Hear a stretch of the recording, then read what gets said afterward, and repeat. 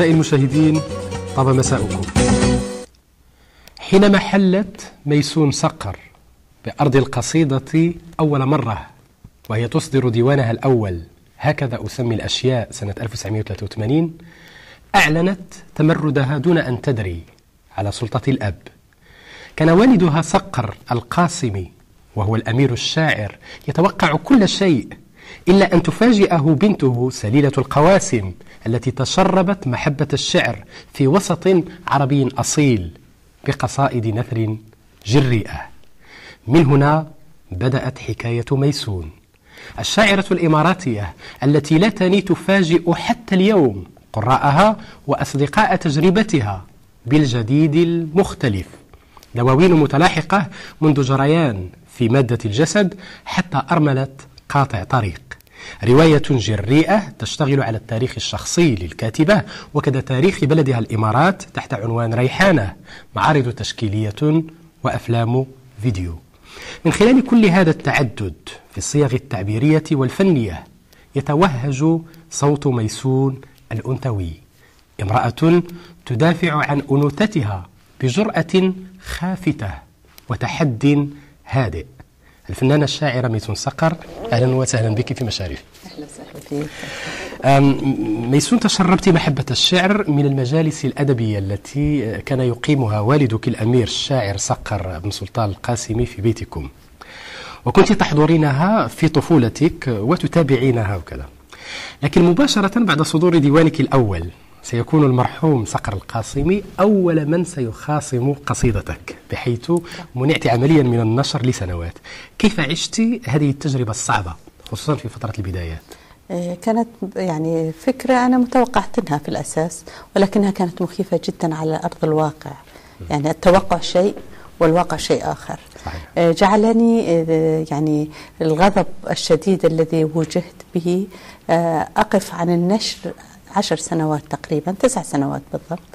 أكتب وأضعه حبيس الأدراج والقفو يعني وأقفل بالمفاتيح، وجعلني أرتبك في فكرة الكتابة.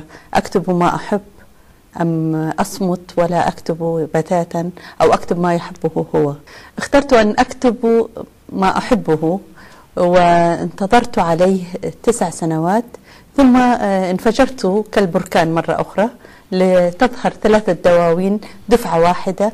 جريان في مادة الجسد، البيت، والآخر في عتبته. لا، الريهقان. أيوة. ظهرت 3 دواوين دفعة واحدة ودون أن أخبر، علم من الخارج ولم يناقشني. وظللت بعد أول ديوان أصدر دواويني الديوان تلو الآخر دون أن يعني أريه ما أطبع، ولم يسألني إلى أن توفى عما صدر لي، رغم أنه يعلم أنني أصدرت دواوين. رحمه الله. ولكن الغريب هو هذه العلاقة مع الأب. هذا الأب ليس شخصا عاديا، يجب أن لا ننسى أنه شاعر بالأساس. صحيح. وله ديوان مهم جدا مطبوع، أعماله الكاملة، وأيضا ربما كان من أول من كتبوا القصيدة الحرة في منطقة الخليج، وأول من طبع ديوانا في الإمارات. لكنه يعني هو أظن يعني فكرة هو صراع أجيال شعري أم صراع أجيال، وأيضا فكرة الأب، يعني فكرة المجتمعي والشعري. هو على المستوى الشعري كان يتقبل أي شعر، وكان بالعكس هو أيضا من المنادين بحرية الكتابة وجرأة الكتابة، وعنده قصائد من يعني كثيرة الجرأة. لكنه حين وضعت أمامه ابنته لم يعرف أن يفرق بين ذلك، وكانت أول طلب منه قال لي: لا تكتبي بجرأة ولا تكتبي عن الحب. فقلت له: قد تعلمت الحب من دواوينك أنت ومن مكتبتك أنت. فصمت ولم يتكلم. عجيب. طبعا أنت لم تصمتي وواصلت رفع التحدي، تتحدين تجربتك يوما عن يوم، ديوانا عن ديوان. يعني بعد الجريان في مادة الجسد والبيت والآخر في عتمته والريهقان، جت مرحلة تشكيل الأذى ورجل مجنون لا يحبني وكذا، مجموعتك الأخيرة أرملة قاطع طريق. طبعا خيار قصيدة النثر بالنسبة لك كان على الدوام خيارا استراتيجيا. صحيح. يعني هل مرة أخرى هذا الخيار كان نكاية بقصيدة الأب أم لا هو انسجاما مع الذات ربما؟ بالضبط، يعني هي إحساسك. أنا حاولت أكتب القصيدة التفعيلة في الأول لما أحس أن أنا هي أنا. من ينشد إلى الحرية ينشد إلى التحرر، والتحرر هو أيضا التحرر من الوزن والقافية. كنت يعني أحس أن الجمال في الصورة، في شكل القصيدة، يعني في قيمة القصيدة وليس في شكلها. أيضا ربما يكون تمرد على الأب، ربما يكون تمرد على وضعية ما قد تضعني تحت سياقه. فكنت أبحث عما هو مختلف، عما هو يشكلني أنا ولا يشكل نموذج أبحث عنه وأذهب إليه فقط.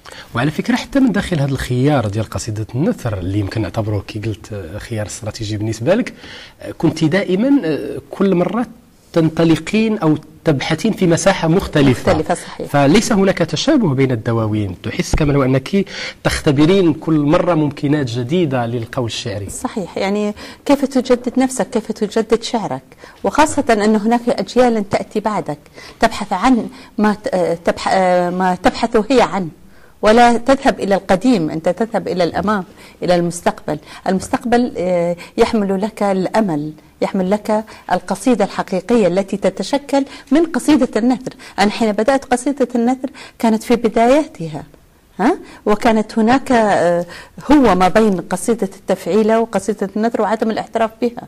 اليوم قصيدة النثر هي قصيدة معترف بها، لها اسمائها الحقيقية ولها رموزها ولها أيضا ونقاطها، وأيضا لها جديدها من الشعراء الجدد الذين يبحثون في مناطق مغايرة في الحياة. يعني في فترة من الفترات كنا نتكلم عن الجسد، عن فكرة الالتقاط اليومي.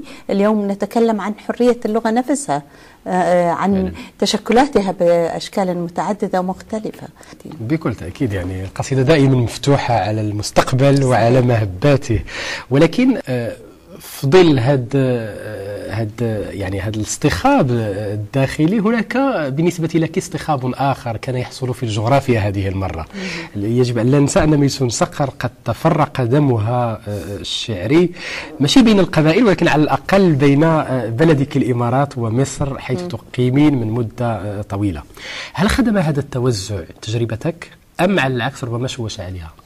لا أكيد ساعد عليها، خاصة وأني يعني من خلال القاهرة يعني توصلت إلى كثير من التجارب الشعرية العربية، سواء في المغرب، سواء في لبنان، سواء في سوريا. جعلني أنظر بنظرة شمولية أكثر، ليست في منطقة ضيقة مغلقة بالنسبة لي كابنة عائلة قد يكون من الصعب عليها النظر في تلك الفترة. وضع اجتماعي خاص. أما الآن يعني وجودي في القاهرة جعلني أجد نفسي بين حالتين، حالة الإمارات وحالة مصر. جعل الشعر أيضا عندي بين حالتين، حالة الاندفاع الكامل والحرية والتمرد، وحالة أيضا الاشتغال على القصيدة نفسها. أتصور أنه الوضع الجغرافي يجعل المرء تتسع عيناه يعني للنظر، ويستكشف الأشياء من داخل المكان ومن بعيد أيضا. وهذا استكشاف الأشياء من داخل المكان ومن خارجه يمكن أيضا من داخل هذا الشكل التعبيري أو ذاك، وهذه وضعيتك لأنك أيضا موزعة على أشكال تعبيرية مختلفة. يجب أن لا ننسى أنك فنانة تشكيلية وأقمت مجموعة من المعارض الناجحة في الواقع، ومؤخرا أيضا اقتحمت مجال الإخراج والفيديو آرت. هل ضاق بك الشعر ميسون؟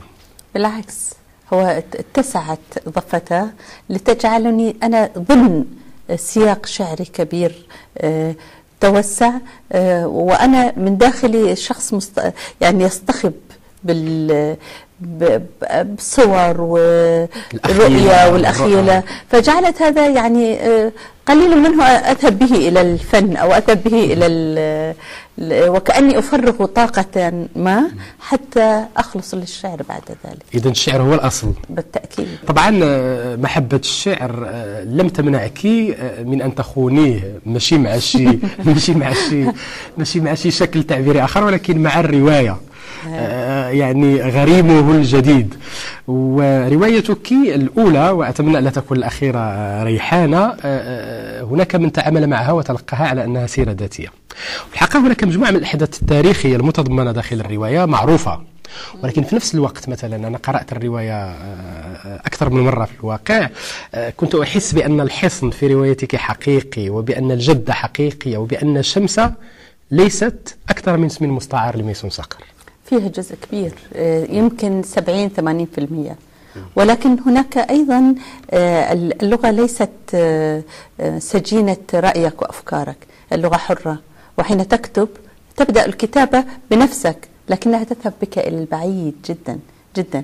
كنت أكتب في السيرة الذاتية فخانتني شمسة وذهبت إلى مكان آخر، خانني الحصن وذهب إلى أخيلة أخرى. امتزجت فكرة الحصن بفكرة العبيد وفكرة الإماء، فكرة الحرس. أنا شاهدت لقطة أو لقطتين من هذا الحصن، يعني لكن في طفولتك لما في طفولتي أي. لكن وأنا أكتبه تصور لي شيء آخر، صورة شعرية وأدبية وتخيلية مختلفة عما هو عليه. ولكن أيضا هناك العمق التاريخي، لأن أتخيل حصن الحاكم والسجناء والعبيد وهذه كلها أشياء أعطتني الإحساس بأنها واقعية، وهي واقعية، ولكنك أنت تضيف إليها ما يجعلها تنتقل من الحس الحقيقي الواقعي إلى الكتابة. وهنا الكتابة مختلفة تماما عن الواقع. وعاد أضيف إلى ذلك مثل ما قلت الآن تمرد الشخصيات أحيانا على الكاتب، على صاحب الحبكة طبعاً يعني طبعاً.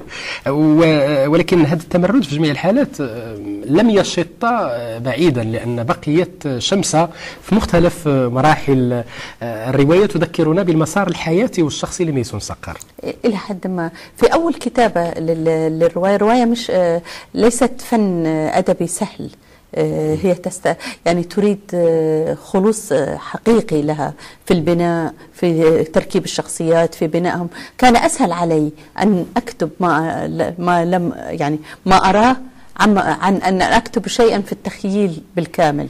فطبعا استعنت بشخصيات أعرفها، استعنت بتاريخي وهو يكتب كرواية، لأنه يعني لو لم يكتب كرواية لم تنجح ريحانة.